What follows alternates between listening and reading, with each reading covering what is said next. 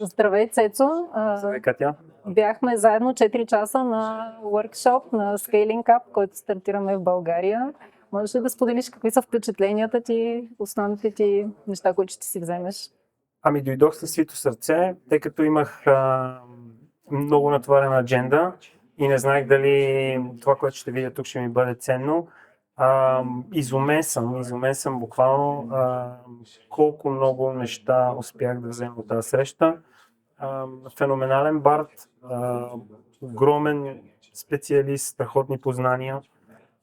Буквално по някое време настръхвах, като споменаваше през какви етапи минава една компания, какви са проблемите, как трябва да се пренастрои майндсета на менеджмента. Всичко това, което сме изживяли, буквално се едно колега, работил с мен 20 години в империята, направи един постмортем анализ на последните 20 години.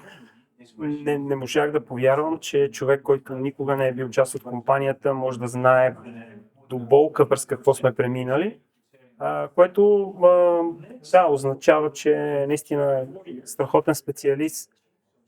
И аз се радвам, че направихме контакт, радвам се, че верифицирах идеи, които имах в главата си, радвам се, че ще има някой, на който да мога да се допитам, ако имам проблеми, радвам се, че той е тук в България и че мога да кажа за размера на нашите компании изключително скромна сума, може да го ползваме като консултант.